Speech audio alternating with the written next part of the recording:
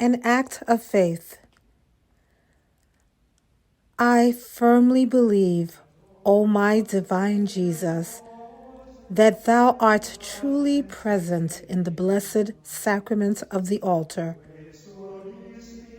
I believe that it really and substantially contains thy body and blood, thy soul and divinity.